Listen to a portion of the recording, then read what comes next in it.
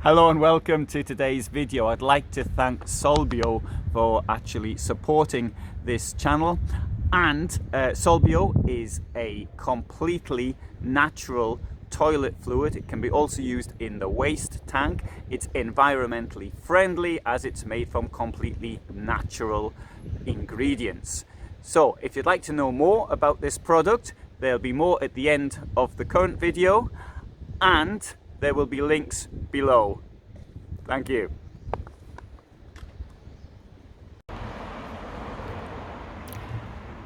The motorhome I have in front of me is the Ahorn Canada TU Plus. It's got a rear lounge. It's just under 7 meters long, 234 centimeters wide, and 296 in height.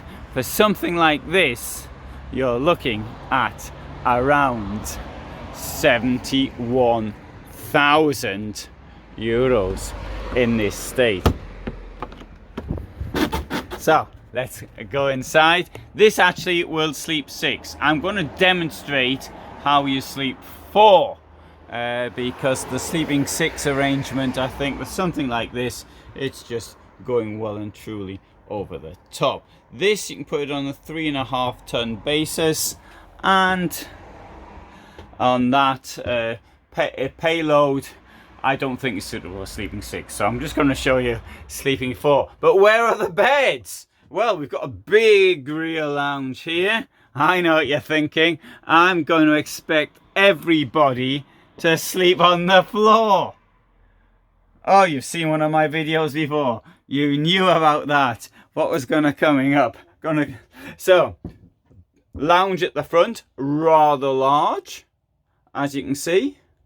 Obviously the chairs up front turn round as you'd expect in all motorhomes. Storage up front. No, I can't see the point in not filling this, and I think it's just wasted space.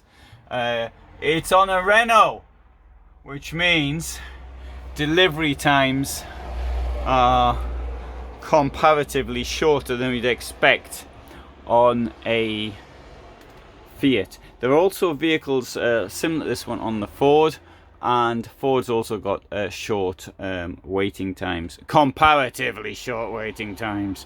So there you have a look down the central part of the vehicle, and let's have a look up here. So I've got some storage up there. There's a thing for your head, which will go on here like that. Why would you want that there? Well, you might be sitting down here and a bit slosh. You need somewhere to put your head, but we're going to leave that off for the moment. Storage here on the other side as well.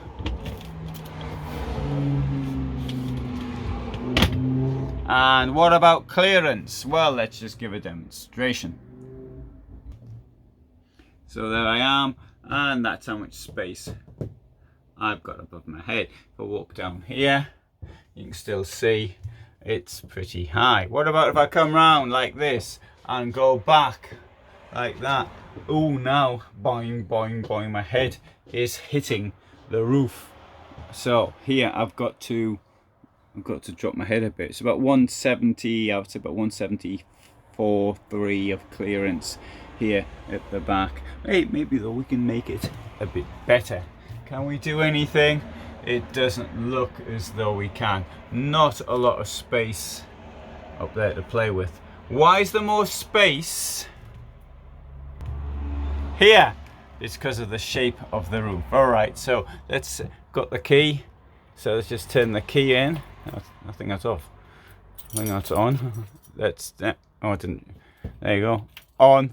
No, it's off. That's on. Let's push this. Push the button. Aha! We can't push the button. You see why? You've got to check that when the bed drops down, there's space for it to go. So we're going to have to get rid of this thing here as well. So I'll take this out.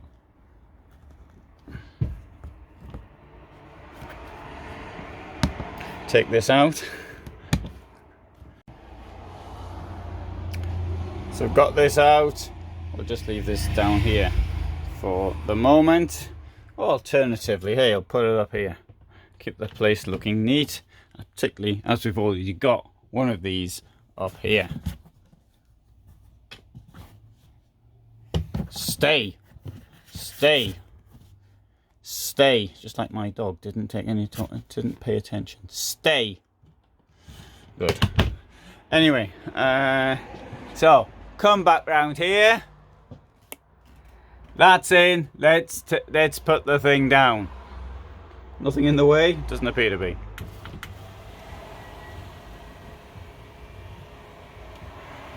How's the table doing? Don't want to take it down at the table, button the good. That's as far as it'll go. Oh yes, definitely. You can see here that the side curtain is as far as it'll go, and there as well. So, mind you, at night you probably wouldn't have the door open, so we'll close the door to make it look a bit more realistic. One thing you might want on at night are the lights.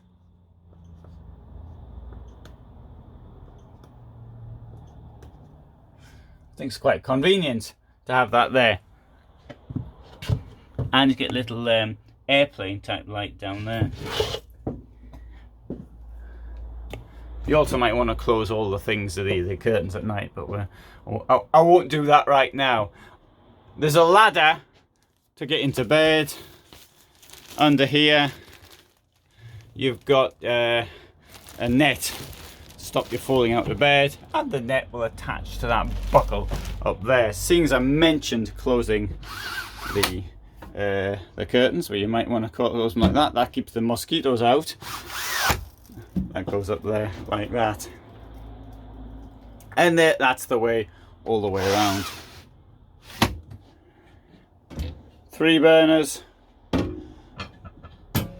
and a sink, large sink with a domestic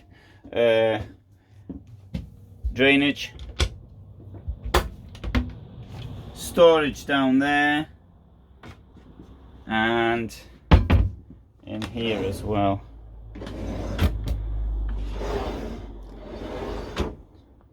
This also benefits from central locking.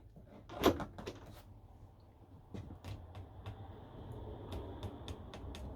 demonstrate, right? Let's put the bed down at the back as well. I have here the key. The keys are the same in all motorhomes.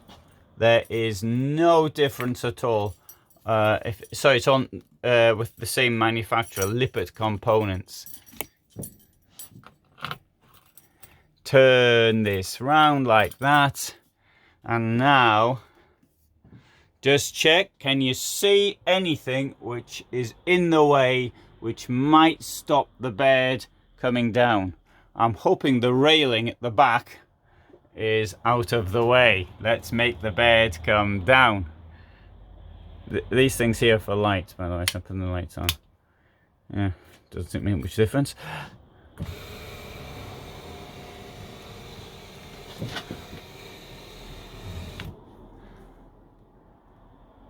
Right, you can actually, I think we could take it down a little bit further. Note this, why is that like that? That is just to keep it, to make sure when it goes up that it goes back, but you can undo it quite easily. There we go. And so there we have it. You know what, I dare say you're thinking, why can't you put a bed at the back as well? You can't with this, you can't put this one here down. But what you can actually do is here, you can make a bed out of this one. We've got this comes out, and we've got the table will go down, as you can see. We've got this extra bit here, which incidentally also goes down there. So you can have an L-shaped lounge, but I'll deliberately left this out because I really don't think that this van should be used for 6 people. I just don't think it's got the appropriate weight level.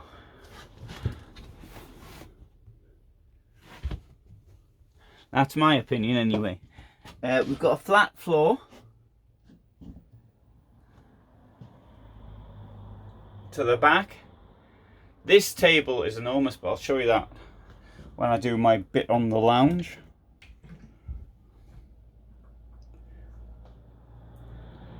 washroom is the same as you get in many vehicles of this type.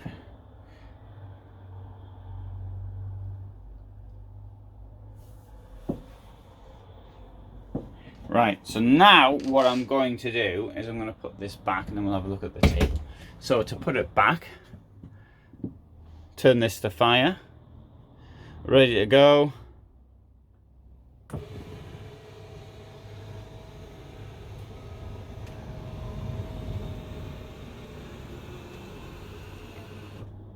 And that's as far up as it will go. Now, if we come down here, we've got this absolutely enormous table. Oh, sorry, I can't, it's so big I can't get it in. Can't get it in the picture. Let's try from a different angle, see if I can do a better job on that. This comes out. That goes over like that. The table will move around to the position you want it to be in. And that gives you a view of how big the table is. Let's go to the back and appreciate the view down the front. So obviously if somebody's sleeping up front, you can still continue here playing Cluedo if you want to do so. Show you the space around here. There's me, and this is the amount of space we've got. Now the view, I really like the idea of the rear lounge in a motorhome. I personally think that it's great for relaxing, looking at things out the window. It's after all, when you're traveling, it's the experience, the contact, with nature and everything else, and that is all part of the experience. Now I really do think that a rear lounge gives you part of this experience. You know, to look at, sit at the back, lounge like I'm doing now, and look out the window. I think that's great. That is the positive point. Let's go to the negative bit here, and it's a matter of practicality. Because of this huge amount of space you've got for living in, you haven't got much space for storage and taking things with you, and that is the downside.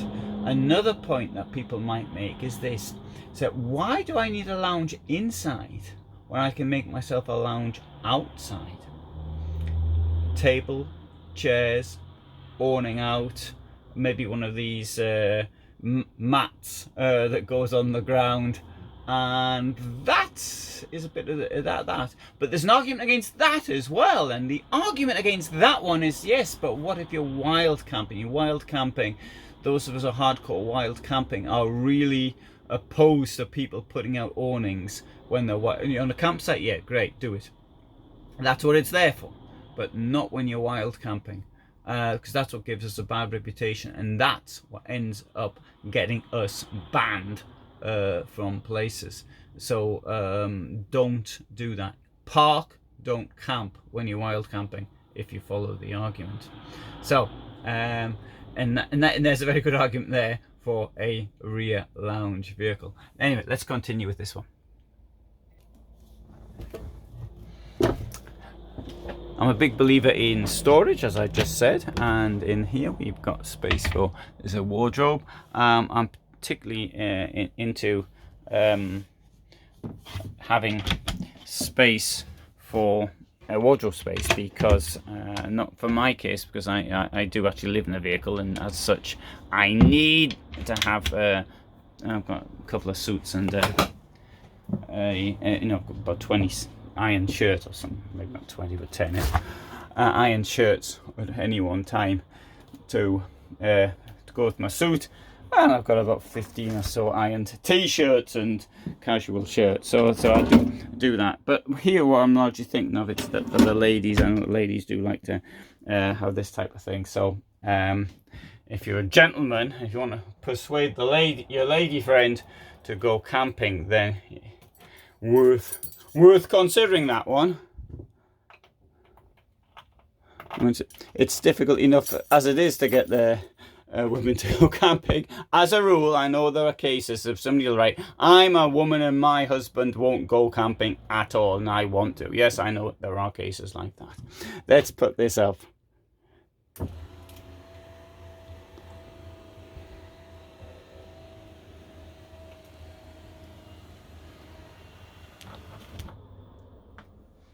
The buckle here is for the net. I think I said that. Right, good. That's quite a complex look at this van from the inside, but let's have a look now from the outside. Oh, one thing we can do as we go out though, we can turn by pressing this, we can turn all the lights off. They're off.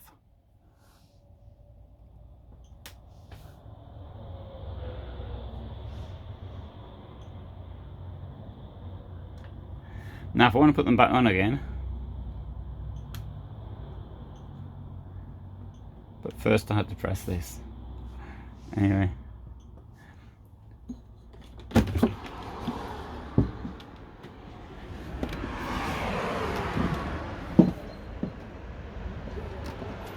So the base price of this is $57,700, but nobody pays the base price, so I never mention this as a rule. So now what I was talking about, the cost of a rear lounge and storage. You see, it's next to nothing in there really, it's very little. If you want to take a bike with you, then it's going to have to go on the back. Having said all that, the footprint is relatively small in lengthwise, 234 centimeters. Well, there are narrower vehicles.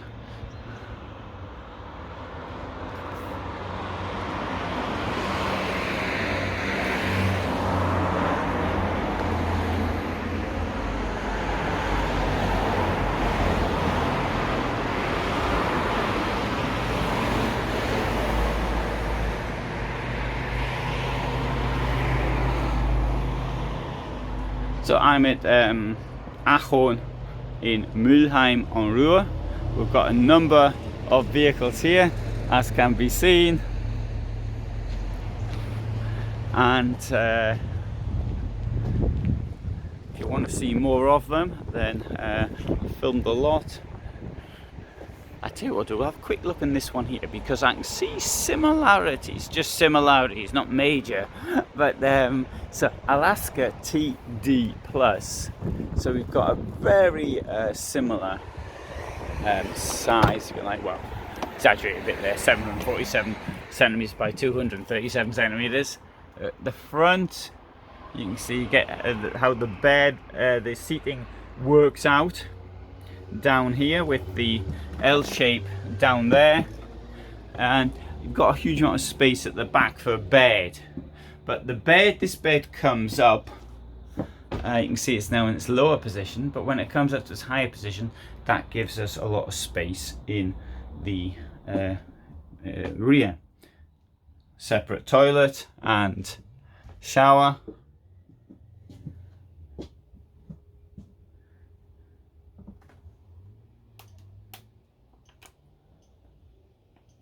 And of course I should have turned the lights on as I came in, but I quite frequently forget to do that. So I do that in my own van as well. I sort of walk around blind, can't see anything.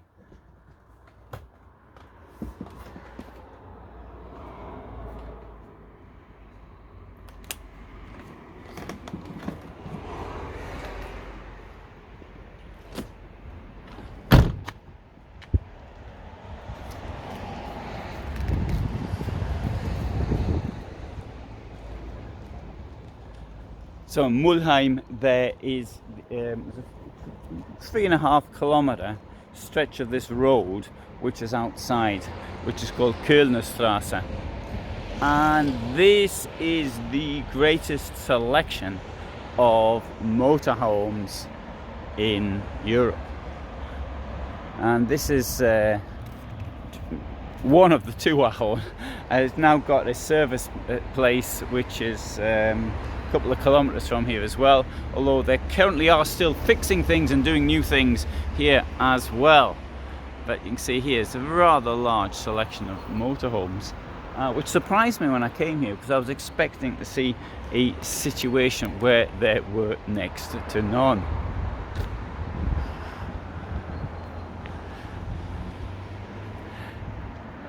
Caravan Salon Dusseldorf has just ended, and as a result many of these vehicles were there, and so they've been brought back here.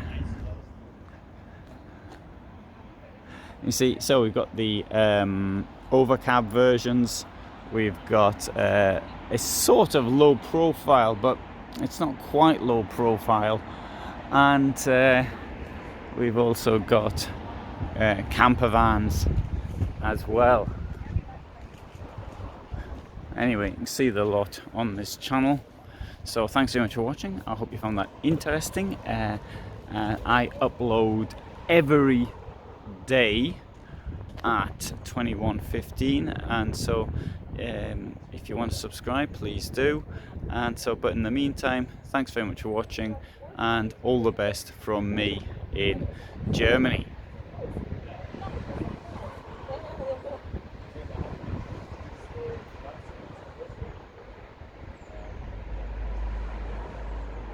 This is the first time ever that I have accepted any support for promoting a product on YouTube. Now, I've been on YouTube now for 15 years, and I've been doing the van life stuff for a number of years as well.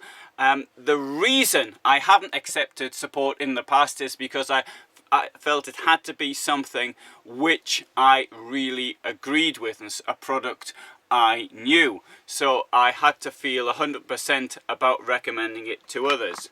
This is Swivel, and this is a toilet additive.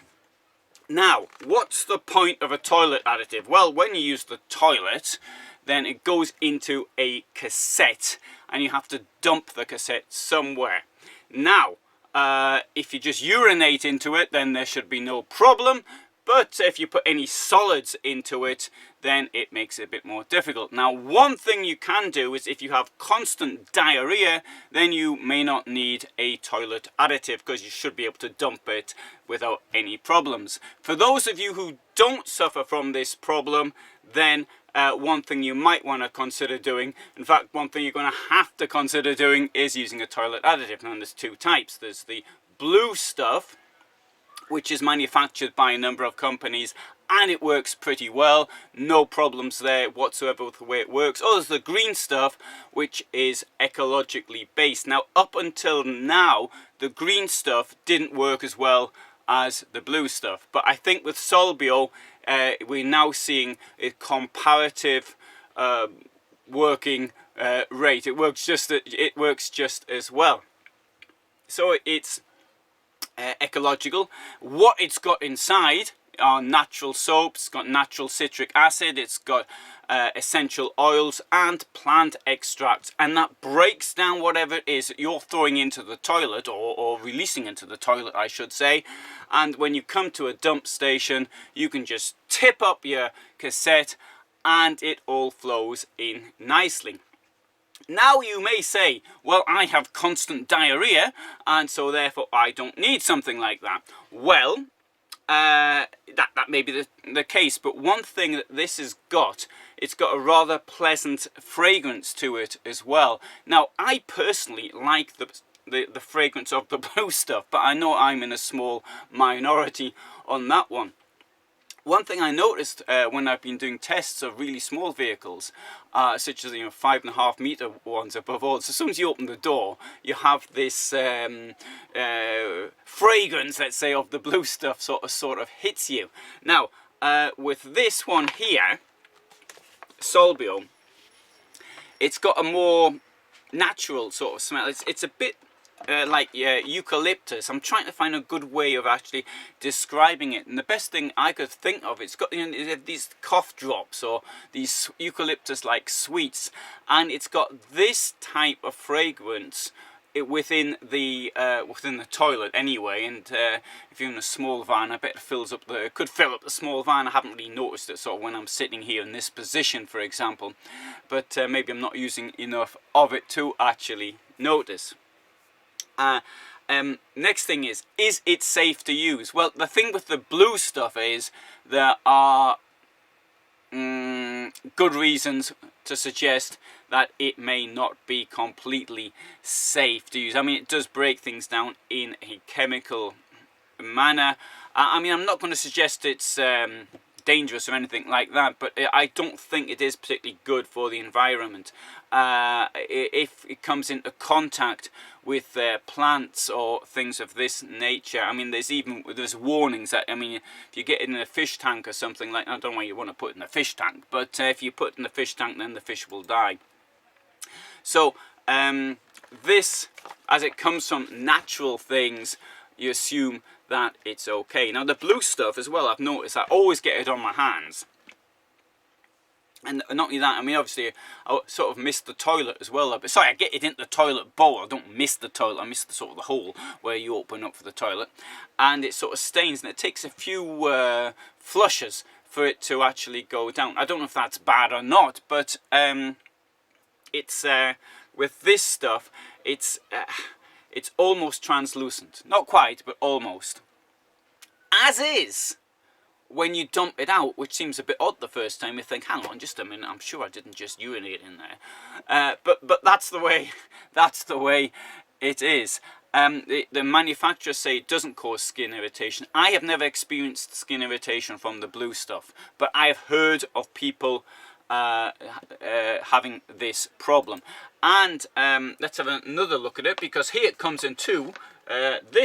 One's for marine use and the other's for motorhome use. Now it could be that mariners use the toilet or they eat something a bit more dodgy, or I don't know, but it's different. This contains 40 doses, and it's dosed via this thing down here, this little tap.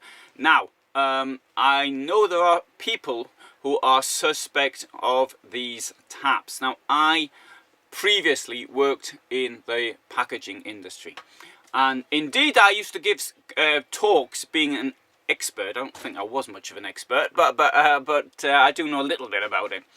This technology is perfectly safe, I think, to use. It's not, I mean, it's often used in bag-in-the-box applications, and so you get wine or something. The wine's in a box, and they've got this tap that sticks out, and you use it. In the company I used to work, where we produced blueberry juice, we used this technology, and I've never known the taps to go wrong in my direct experience. But when they first came out, I agree there was problems with them. I've heard of people saying they put something in the fridge, or they in the van, and something hit here. In theory, you're supposed to knock both ends down at this. Oh, sorry, pull them both up and press down at the same time to get it to work. So I mean, I do accept that these things can go wrong. Just as, I mean, if you don't close a bottle properly, everything will go out. But I make that part. Other than that, the bag may seem a little unsturdy because of the way it is. But I can tell it's made from recycled. It's green plastic. It's and I think it's quite safe. So there are some observations on this, and as far as I'm concerned, I really do think it is a good solution for you. Now, it costs roughly the same as the blue stuff. There isn't much difference. Now, I do appreciate that if there was a price difference, that might be a problem. Although, I think if you're into motorhomes, then you've probably like living in harmony with nature, which is what I'm in it for, really. I think it's the call of nature, this contact with nature and all the rest of it. So I think that protecting nature is something that I would want to do. Whether or not I'm prepared to pay a premium, yes, maybe I'm prepared to pay a little bit of a premium for it, but in all honesty, between this one and the blue stuff, there's hardly any difference. Right, so if you find that of interest, there will be a link below. It's not an affiliate link, it just tells you where to get the stuff from. I'm not on any affiliate programs at all, deliberately, so nobody can accuse me of trying to promote something to get the affiliate link. but I do absolutely believe in this product. So thanks very much for watching. I am currently at a place called Alexa Camping, or Camping Alexa, in northern Poland, and you may have heard some of the noises on the outside from the campsite, but I shall tell you more about that in another video. So there you go, this is about Solvio. Thanks for watching.